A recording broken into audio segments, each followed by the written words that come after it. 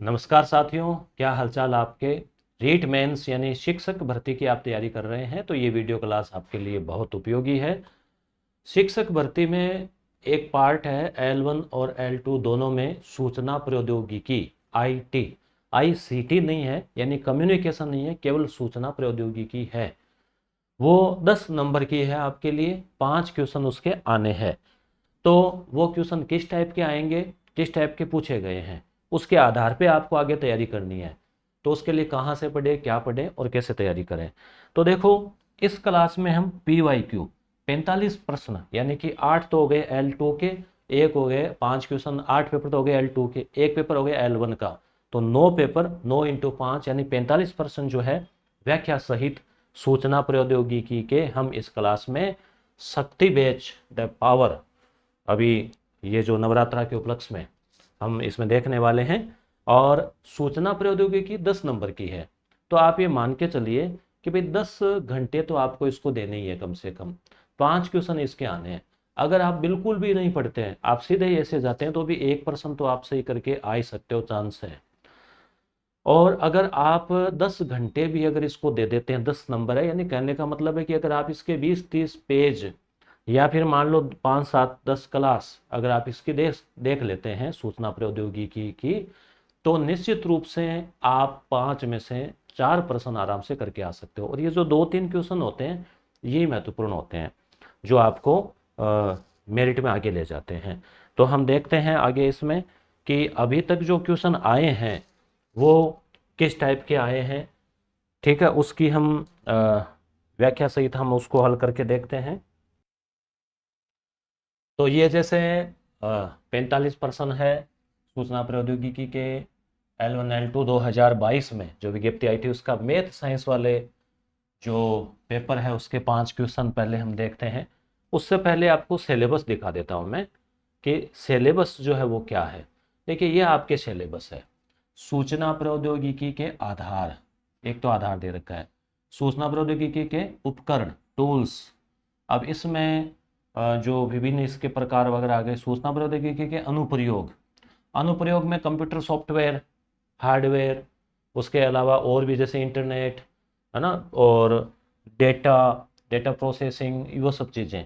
सूचना प्रौद्योगिकी के सामाजिक प्रभाव। तो आगे अभी जो आप 45 क्वेश्चन देखेंगे, आप लगभग देखेंगे कि इन्हीं के आसपास चल रहा है।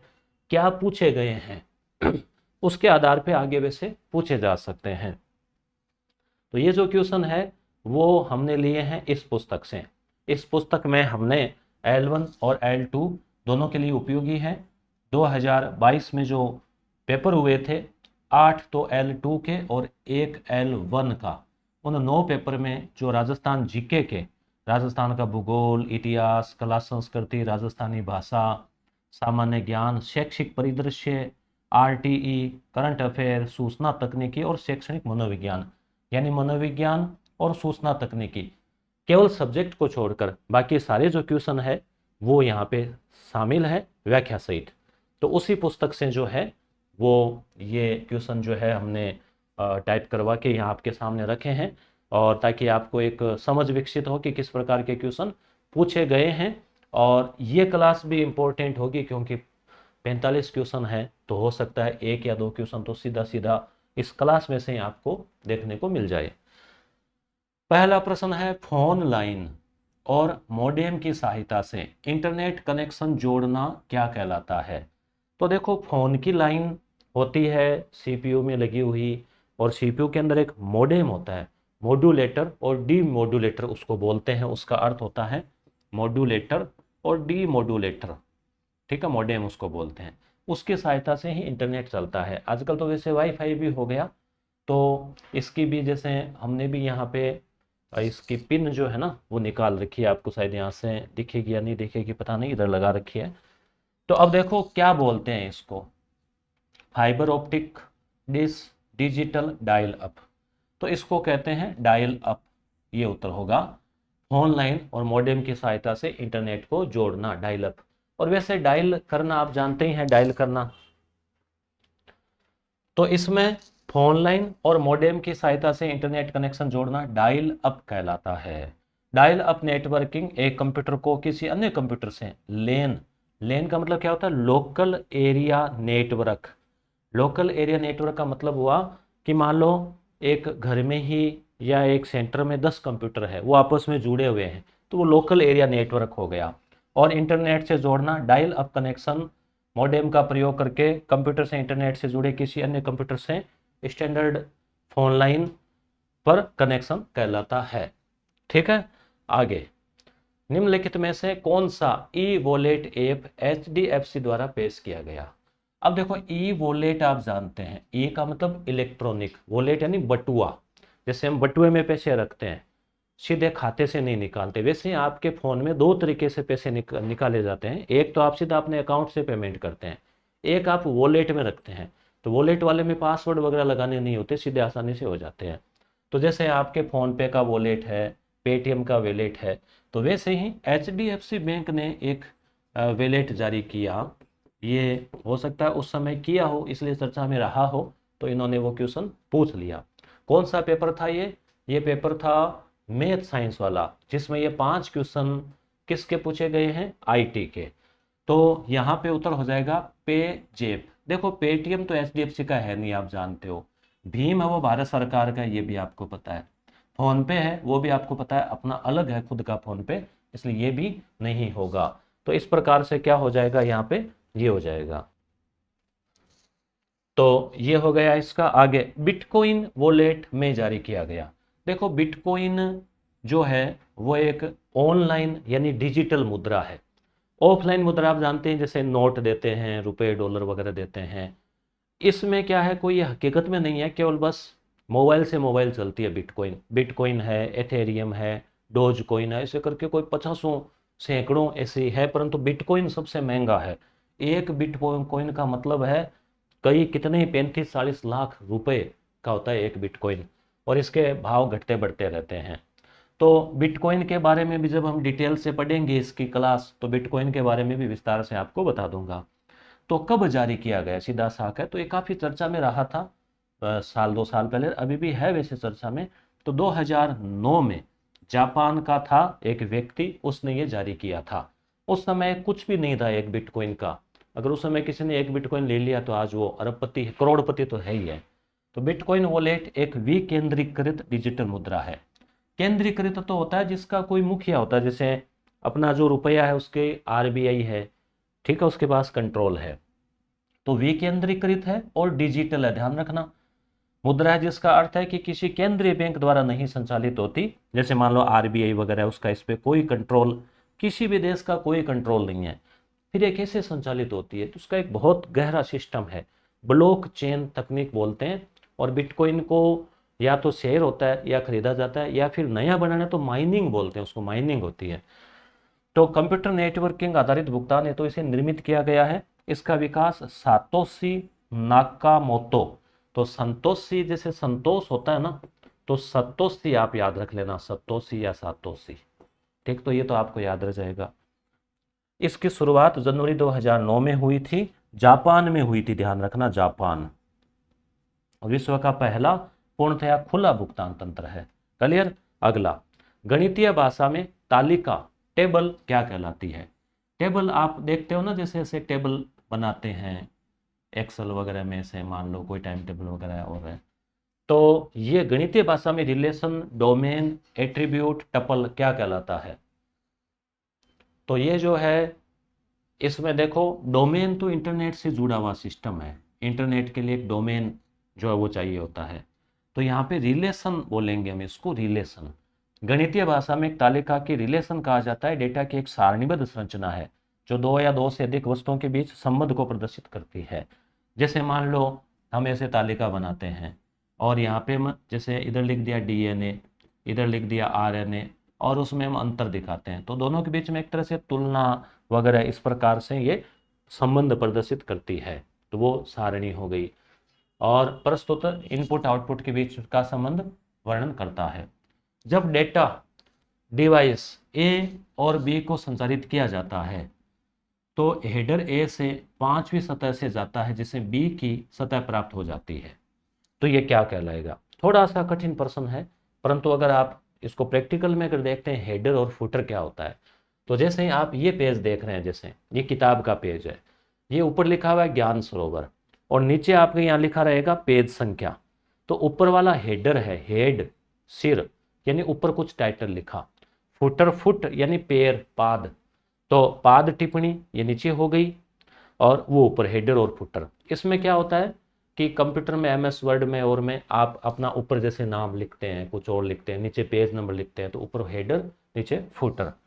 तो हेडर ए है, उसकी 5वीं सतह से जाता है, जैसे बी की सतह प्राप्त हो जाती है तो सेशन बोलते हैं इसको। फिजिकल प्रेजेंटेशन ट्रांसपोर्ट ये नहीं होगा, सेशन होगा ये। जब डेटा डिवाइस ए से बी को संचारित किया जाता है तो हेडर ए से 5वीं सतह से आता है, जैसे बी की सेशन सतह प्राप्त की जाती है। हेडर को बोलते हैं शीर्ष लेख। अब देखो अंग्रेजी में हेडर सरल है, परंतु हिंदी में शीर्ष लेख जो है वो थोड़ा सा कठिन है। तो शीर्ष लेख दस्तावेज के प्रत्येक पृष्ठ के शीर्ष मार्जिन, मार्जिन का मतलब जो खाली जगह है ऊपर, उसमें दिखाई देता है। आमतौर पर पृष्ठ संख्या, दस्तावेज शीर्षक, लेखक का नाम, अन्य जानकारी दी जाती है। पाद लेख यानी फुटर जो है, इसमें जो है वो एक एग्जाम्पल में आपको और दिखा देता हूं। जैसे मान लो ये पेज है, अब ये वर्ड फाइल को पीडीएफ में बनाया हुआ है, तो ये ऊपर लिखा हुआ है यस गुरु ऐप, इधर लिखा हुआ GK by Mukesh Dhaka YouTube channel, तो ये हेडर हो गया। और नीचे आप देख पा रहे हैं first grade, second grade, REET mains आदि की best test series 8 Yes Guru app, तो ये नीचे लिखा हुआ ये क्या हो गया, फुटर। तो हेडर और फुटर। तो ये देखो 5 जो क्वेश्चन थे वो मैथ और साइंस में पूछे गए। तो इससे आपको आइडिया लगा होगा कि किस टाइप के क्वेश्चन पूछे गए हैं और किस टाइप के आ सकते हैं। अगला हम देखते हैं, ये सारे क्वेश्चन इस किताब में भी आपको मिलेंगे। ये 45 तो ये प्लस बाकी वो मैंने बताई दिया आपको। अब है सोशल साइंस। सोशल साइंस में किस टाइप के क्वेश्चन जो है वो पूछे गए, सामाजिक में किसके, सूचना तकनीकी के। तो एमएस वर्ड में कितने प्रकार के रूलर होते हैं एमएस वर्ड में। तो एमएस वर्ड जो है वो, एमएस वर्ड आपने देखा होगा कंप्यूटर में खोल के, उसमें जैसे फाइल आती है ऐसे, तो आपको एक ऊपर स्केल दिखेगी और एक साइड में भी स्केल दिखेगी। स्केल का मतलब जैसे स्केल में इंच और सेंटीमीटर लिखे होते हैं ना, वैसे उसमें भी इंच और सेंटीमीटर लिखे होते हैं। एक तो इस साइड में और इस साइड में, यानी एक तो आडी और एक खड़ी, ठीक है, ऊर्ध्वाधर और क्षैतिज। तो कितने प्रकार के होते हैं, तो 2 प्रकार के रूलर होते हैं। जैसे पेज को मान लो इधर स्पेस छोड़ना है थोड़ा सा, जैसे मान लो कई बार हम पढ़ाते हैं तो इधर साइड में जगह छोड़ के इधर से शुरू करते हैं। आपने देखा होगा ना क्वेश्चन यहाँ से शुरू होते हैं, तो इधर का क्या किया हमने, मार्जिन छोड़ दिया, जैसे 3 इंच छोड़ दिया, 4 इंच छोड़ दिया, तो इतनी जगह बच गई, उधर से ही लिखा जाएगा। तो ये इसको सरका के इधर किया जाता है। तो एमएस वर्ड में 2 प्रकार के, एक तो क्षैतिज, क्षैतिज का मतलब हो गया आडा ये वाला, और एक ऊर्ध्वाधर मतलब वर्टिकल, हॉरिजेंटल और वर्टिकल। हॉरिजेंटल ये इस टाइप से, हॉरिजेंटल ये आडा ऐसे एच में, ऐसे ट्रिक से याद रख सकते हो। तो पृष्ठ के ऊपरी भाग में होता है टैब स्टॉप सेट करने, इंडेट को सेट करने, पेज लेआउट। ऊर्ध्वाधर होता है लेफ्ट साइड में, बाएं किनारे पे होता है। तो एमएस वर्ड का प्रश्न पूछा गया है, एक्सेल का पूछा जा सकता है, पावर पॉइंट का पूछा जा सकता है। जोखिमपूर्ण अपशिष्ट के स्रोत। अब आपके आईसीटी में सिलेबस में था सामाजिक प्रभाव आईटी के, ये सामाजिक प्रभाव से जुड़ा हुआ है कि आईटी में सारा जो कंप्यूटर, इंटरनेट, मोबाइल ये टूट जाते हैं तो इनका कचरा भी होता है, वो जो कचरा है वो अपशिष्ट है। तो जोखिमपूर्ण रिस्की अपशिष्ट कौन सा है, जानवर के गोबर का नहीं, और बैटरी और पेड़ों की पत्तियों का नहीं, बैटरी, पेंट और सॉलिड्स। तो बैटरी है, जो केमिकल्स के पेंट वगैरह है, वो सब चीज़ें जो है वो क्या है, जोखिमपूर्ण अपशिष्ट है, जो विषाक्त है, उसमें ज्वलनशीलता हो सकती है, प्रतिक्रिया, रेडियो एक्टिविटी हो सकती है, ऐसी चीज़ें उसमें जो है वो होती है। आपको लिखा हुआ साफ दिख रहा होगा, ठीक है। ये पीडीएफ टेलीग्राम पे भी भेज दूंगा मैं। कैश मेमोरी और के बीच बफर के रूप में कार्य करती है। ये कैश मेमोरी वो नहीं, कैश नगद, ये कैश अलग है। तो यहाँ पे हो जाएगा सीपीयू और मुख्य मेमोरी। सीपीयू आप जानते हैं कंप्यूटर की एक जो मशीन सी होती है, सीपीयू होती है, तो कैश मेमोरी प्राथमिक मेमोरी और सीपीयू के मध्य तीव्र मेमोरी है, जिसमें बार बार प्रयोग आने वाले डाटा और इंस्ट्रक्शन को संग्रहित किया जाता है। इसमें डाटा को क्रम अनुसार ही पढ़ा जाता है। मैग्नेटिक टेप, पेन ड्राइव आदि शामिल है। ठीक है, जैसे पेन ड्राइव आदि चीज़ें। एक पेटाबाइट क्या है, ये इंपॉर्टेंट है और ये क्वेश्चन तो पूछा जाना चाहिए, लगभग पूछा जाता है। ये मेमोरी का है कंप्यूटर की। एक पेटाबाइट का मतलब हो गया 1024 टेराबाइट, TB। तो अब देखो आप जीबी तो आप जानते हो कि आज इतना 1.5 GB डाटा मिला, 2 GB डाटा मिला, खत्म हो गया। गीगाबाइट ये तो आप लगभग जानते हो। ऐसे कंप्यूटर में भी मेमोरी होती है। मेमोरी कार्ड आपके फ़ोन में भी आप मेमोरी 64 GB, 128 GB जैसे आप लेते हो ना, एक होती है रैम और एक होती है मेमोरी। तो जो मेमोरी है कंप्यूटर की संग्रहण क्षमता को एक बिट यानी बाइनरी डिजिट, बिट का पूरा नाम हो गया बाइनरी डिजिट। जैसे आपने एक अक्षर, मान लो एक ए लिखा, एक अक्षर लिखा तो एक बिट जगह घेरता है वो। 8 बिट मतलब 1 बाइट, 1024 बाइट मतलब 1 मेगाबाइट यानी MB, और 1024 MB जैसे आप फोटो वोटो खींचते हैं तो लिखा रहता है ना, 2 MB की है, 5 MB की है। PDF डाउनलोड करते हैं तो 20 MB, 1 MB ऐसे। तो 1024 MB होने पर क्या बन जाता है, 1 GB बन जाता है, 1 GB। अब जैसे हार्ड डिस्क वगैरह होती है ना, 1 GB, 2 GB, 1024 GB होने पर 1 TB बन जाता है, टेराबाइट। और 1024 TB होने पर एक PB बन जाता है, PB, पेटाबाइट। तो एक पेटाबाइट का मतलब क्या हो गया, 1024 TB। तो TB का ऊपर है PB और PB के ऊपर है एक्साबाइट। एक एक्साबाइट यानी अभी तक की सर्वोच्च इकाई है। 1024 पेटाबाइट बराबर 1 एक्साबाइट। तो यहाँ से क्वेश्चन आपके पुनः फिर से कोई ना कोई प्रश्न बन सकता है इस व्याख्या से, तो इसलिए व्याख्या भी महत्वपूर्ण बन जाती है। एक डेटाबेस में एक SQL का यह कमांड जो इंडेक्स को हटाने के काम आता है। तो SQL कमांड होता है जो सारणी को हटाने के काम आता है। तो ड्रॉप इंडेक्स, तो वह क्या कहलाता है, रिमूव, डिलीट, रोल, तो ड्रॉप कहलाता है, ड्रॉप। ड्रॉप इंडेक्स कमांड है जो इंडेक्स को हटाने के काम आता है। ये MS एक्सेल और आदि में काम आने वाली चीज है। अब हिंदी का जो पेपर हुआ था उसमें जीके और कंप्यूटर के जो क्वेश्चन थे, तो उस जीके वाले पार्ट में कंप्यूटर के जो क्वेश्चन है वो ये देखो, अनसोलिसिटेड ईमेल क्या कहते हैं। तो ईमेल यहाँ आपको पढ़ना है, ईमेल क्या है उसमें, फिर उसमें जैसे मान लो CC क्या है, कार्बन कॉपी, इनबॉक्सर, सब चीज़ें उसमें आ जाएगी। तो ईमेल भी आपको पढ़ाएंगे, बताएंगे। तो ये क्या कहलाता है, तो इसको बोलते हैं स्पैम। स्पैम का मतलब ये हो गया कि या तो कोई फर्जी ईमेल आता है आपके, या फिर मान लो कंपनियों के बहुत सारे ऐड के आते ही रहते हैं, तो उनको इनबॉक्स में अगर वो आपको दिखाएगा तो हम परेशान हो जाएंगे। इसलिए वो ऑटोमेटिक या क्या करते हैं, नीचे एक स्पैम नाम का फोल्डर होता है उस पर भेज देते हैं। उस पर आप टच करोगे तो आपको वो बहुत सारे मिल जाएंगे। वह तकनीक जिसके द्वारा डेटा वेयर हाउस में से सामरिक जानकारियों को निकाला जाता है क्या कहलाता है। तो डेटा वेयर हाउस में से सामरिक जानकारियों को निकालना, data mining, databases, data warehousing, data support system. तो इसमें आपके डेटा माइनिंग हो जाएगा, डेटा माइनिंग। जैसे माइनिंग आप जानते हैं खनन करना, माइनिंग होती है ना, खनिज निकालना जमीन में से। तो ऐसे ही बहुत सारा डाटा है, जैसे उसमें से कोई डाटा निकाल ले जाते हैं। अब कैसे, ऐसे तो नहीं कि हथौड़ा और पावड़ा लेके, तो वो खोज होती है कंप्यूटराइज के द्वारा, कंप्यूटर के द्वारा ही। तो वो उसको माइनिंग बोलते हैं, डेटा माइनिंग। कोबोल, कोबोल एक उच्च स्तरीय भाषा है। तो कोबोल में CO का क्या मतलब है, तो यहाँ पे क्या है, शायद ऑप्शन चारों गलत होने की वजह से इस क्वेश्चन को जो है वो कोई उत्तर नहीं माना गया, डिलीट किया गया था। कोबोल के बारे में अभी देखो आपको बता देते हैं कि कोबोल का पूर्ण रूप है कॉमन बिजनेस ओरिएंटेड लैंग्वेज।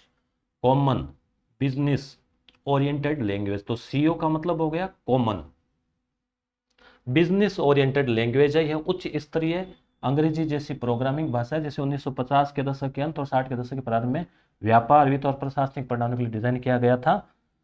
एक ऑपरेटिंग सिस्टम आगे और पोर्टेबल भाषा के रूप में बनाया गया था। भाई ये एक भाषा है कंप्यूटर की, कोबोल। तो सीओ का मतलब क्या हो गया, कॉमन।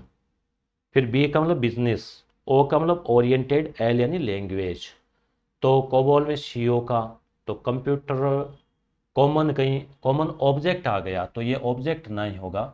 सीओ का मतलब केवल कॉमन ही होगा, कॉमन। ठीक है, इसलिए क्वेश्चन डिलीट किया गया। तो आपको कुछ जो भाषाएं हैं सी प्लस प्लस, जावा वगैरह, उनके नाम, उनकी जानकारी भी आपको देखनी चाहिए। लेकिन वैसे कौन सा सुरक्षा प्रणाली से संबंधित नहीं है। अब सुरक्षा प्रणाली होती है इनक्रिप्शन, जैसे कहते हैं ना इनक्रिप्टेड है आपके डाटा, डिक्रिप्शन, डिजिटल सिग्नेचर, ई केस। तो ये चारों इससे संबंधित नहीं होने की वजह से इसको भी डिलीट किया गया। अब देखो 5 में से 2 तो डिलीट कर दिए। ऐसे प्रश्न बनाने जरूरी है क्या। गैर कानूनी प्रतिलिपि और सॉफ्टवेयर का वितरण करना कहलाता है।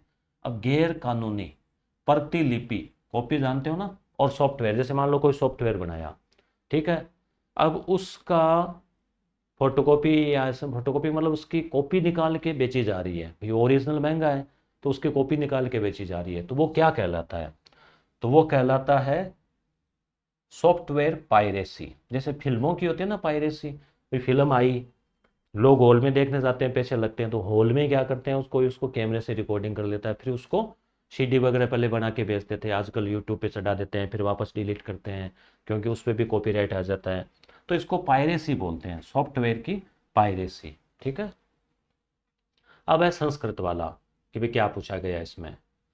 ये तनाव को कम करने के लिए, अच्छा ये मनोविज्ञान के क्वेश्चन है, रक्षात्मक युक्तियाँ।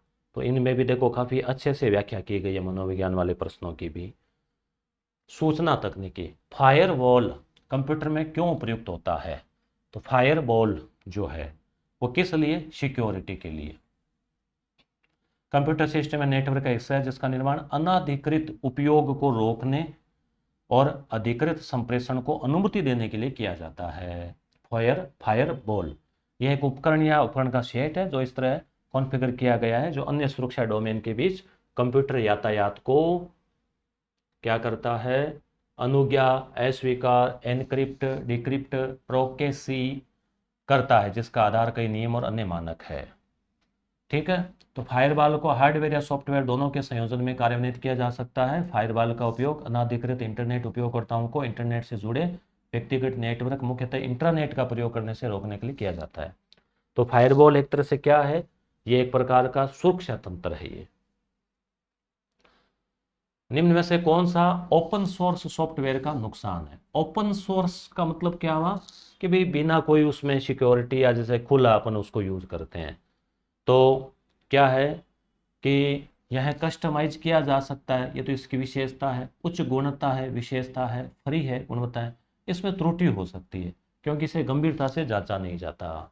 जैसे मान लो आप विकिपीडिया पे आप जानकारी ले रहे हैं, तो मोटा मोटी तो सही है, परंतु लोग उसमें ऐड भी करते हैं कई चीज़ें, तो हो सकता है उसमें कोई त्रुटि भी हो जाए, तो फिर आपको उस चीज़ का अधिकृत सोर्स गवर्नमेंट का या संबंधित बुक भी देखनी पड़ सकती है। हालांकि मोटा मोटी सही है, परंतु कोई कोई गलती हो सकती है। तो ये ओपन सोर्स से संबंधित एक्सप्लेन है। कौन विकेंद्रीकृत डिजिटल मुद्रा है। विकेंद्रीकृत डिजिटल मुद्रा हम पहले पढ़ चुके हैं अभी इसके बारे में, तो बिटकॉइन हो गया। तो बिटकॉइन जो है ना, वो एक तरह से क्या है, विकेंद्रीकृत है और डिजिटल मुद्रा है। अब इंग्लिश वाले पेपर में जो क्वेश्चन आए वो, किस पेज पर बाय डिफ़ॉल्ट हेडर या फुटर प्रिंट होते हैं। ये हेडर या फुटर का फिर से क्वेश्चन आया है, तो पहले पेज पे, अंतिम पे, या प्रत्येक पे। तो हेडर और फुटर तो प्रत्येक पेज पे ही आएगा ना, आप जहाँ उस पर देंगे तो लिखा हुआ आ जाएगा, खाली छोड़ेंगे तो खाली जगह आ जाएगी। कौन सा सही है, विजडम, नॉलेज, इंफॉर्मेशन, डेटा। देखो आपके पास में डेटा है, आंकड़े हैं, मान लो आपके पास कि भाई आपके पास, आप मान लीजिए बताना चाह रहे हैं कुछ, तो आपके पास डाटा है तो आप बता पाएंगे चीज़ों को आसानी से। फिर आपके पास डेटा है तो आपके पास सूचना भी है। ठीक है, सूचना है तो आपके पास नॉलेज है। भाई डाटा है, डाटा से आपके पास इंफॉर्मेशन है, इंफॉर्मेशन आपके पास नॉलेज है, नॉलेज है तो आपके पास बुद्धि है, यानी आप बुद्धिमान कहलाएंगे। तो इसलिए विजडम इसमें लास्ट में आएगा, ये हो जाएगा। मॉरिस निम्न में से किसका उदाहरण है। वारम, वारम का एक उदाहरण है। कंप्यूटर वारम एक प्रकार का मेलवेयर है। मेलवेयर क्या होता है? ये एक हमला होता है कि आपके कंप्यूटर पे मान लो हमला हो गया वायरस का, या कोई जो स्पैम करते हैं जो होते हैं ना, वो जो सिक्योरिटी वाले, वो सिक्योरिटी क्या, वो जो क्या करते हैं हैकर, वो। तो प्राथमिक कार्य संक्रमित सिस्टम पर सक्रिय रहते हुए स्वयं की प्रतिकृति बनाना, ये इसका होता है।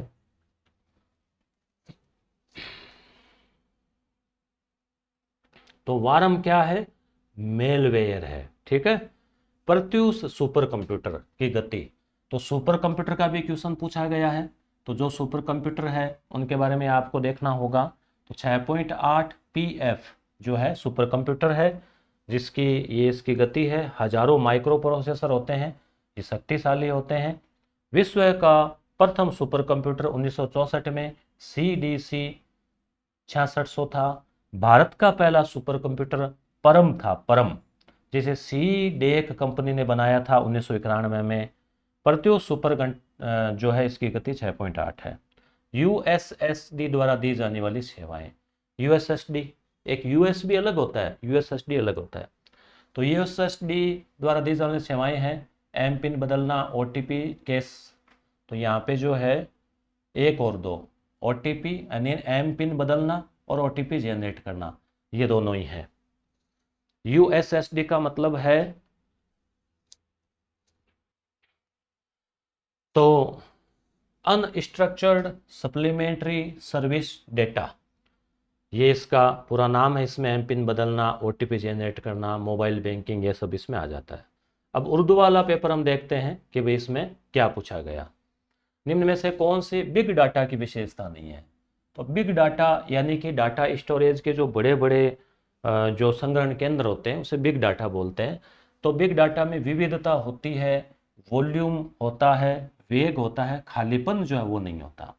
इसकी भी डिटेल जो है वो संकेत, शब्द, वाक्यांश, स्लोगन, चिन्ह किसके अंतर्गत संरक्षित हो सकते हैं? कोई संकेत है, कोई शब्द है, कोई वाक्यांश है, कोई स्लोगन है, कोई चिन्ह है। तो कॉपीराइट में, पेटेंट में, ट्रेडमार्क में, लाइसेंस में। तो वो कहलाता है ट्रेडमार्क। ट्रेडमार्क मतलब बिजनेस का या व्यापार का या कोई और आपके जो नवाचार का कोई खास प्रतीक, चिन्ह, लोगो या नाम होता है, उसे क्या किया जाता है? संरक्षित किया जाता है। जैसे ये यस गुरु का लोगो है, एप्लीकेशन है जिसपे लगभग 1 लाख के आसपास डाउनलोड है। टेस्ट सीरीज हम चलाते हैं, वीडियो कोर्स चलता है। तो ये हमारा ट्रेडमार्क के द्वारा पंजीकृत करवाया हुआ है। अब इस ट्रेडमार्क का हो गया तो इसका कोई दूसरा जो है व्यक्ति यूज नहीं कर सकता, ये सेम लोगो लगा नहीं सकता, इसी टाइप का एकदम हूबहू। तो वो क्या हो गया? ट्रेडमार्क के तहत संरक्षित हो गया। कॉपीराइट में क्या आ जाता है? कॉपीराइट में जैसे जो आपका मटेरियल है, कंटेंट है, कोई मैटर है लिखा हुआ या कोई और है, वो आ जाता है। पेटेंट में क्या होता है? कोई अपनी स्टाइल पेटेंट करवाता है, कोई अपना खोज फार्मूला पेटेंट करवाता है, वो सब चीज़ें। अब यहाँ पे डेटा है, फिर एक्स है, फिर इंफॉर्मेशन है। तो एक्स को बदलने का सही शब्द है, तो यहाँ बीच में क्या आएगा? फिर आपके पास डाटा है और आपके पास सूचना है, तो क्या होगा? प्रोसेसिंग आ जाएगा। फिर डाटा है, उसको प्रोसेस किया, सूचना बन गई। ये किस चार्ट में केवल एक डाटा श्रेणी को दर्शाया जाता है?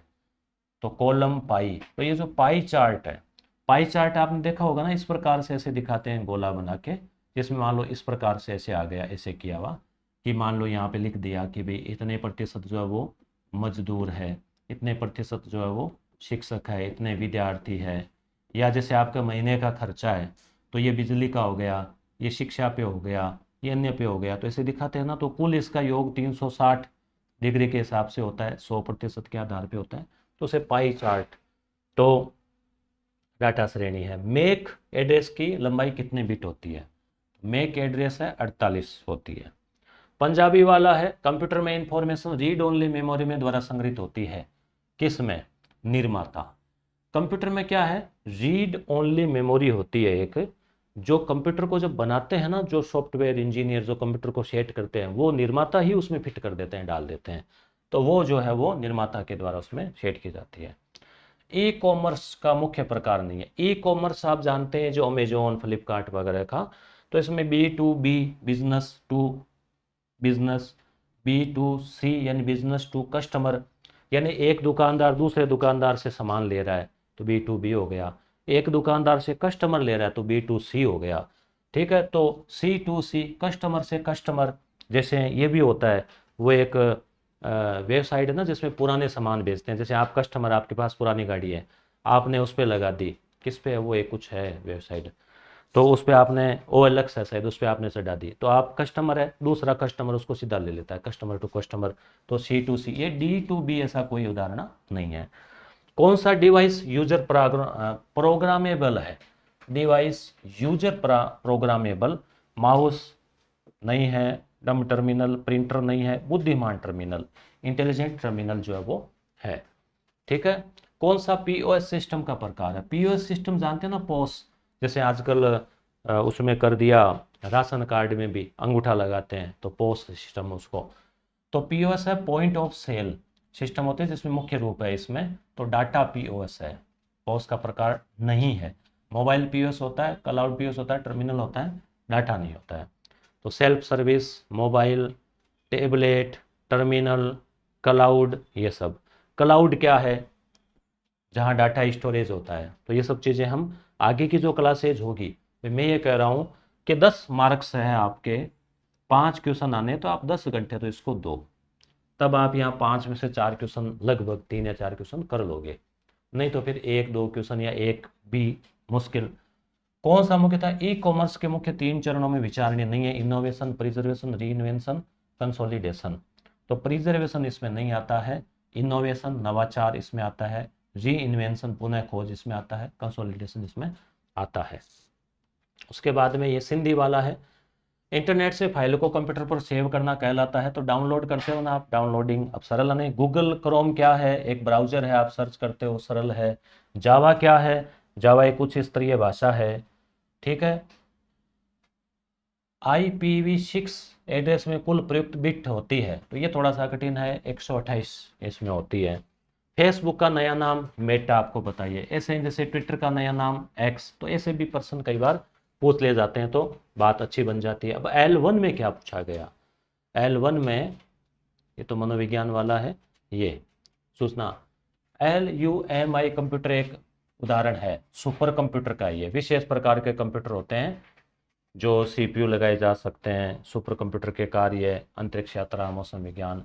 MS वर्ड में कंट्रोल प्लस बराबर, यानी कीबोर्ड होता है आपके पास में, तो कंट्रोल, अब जैसे मैं आपको कीबोर्ड ही दिखा देता हूँ, ये कीबोर्ड है जैसे, है ना।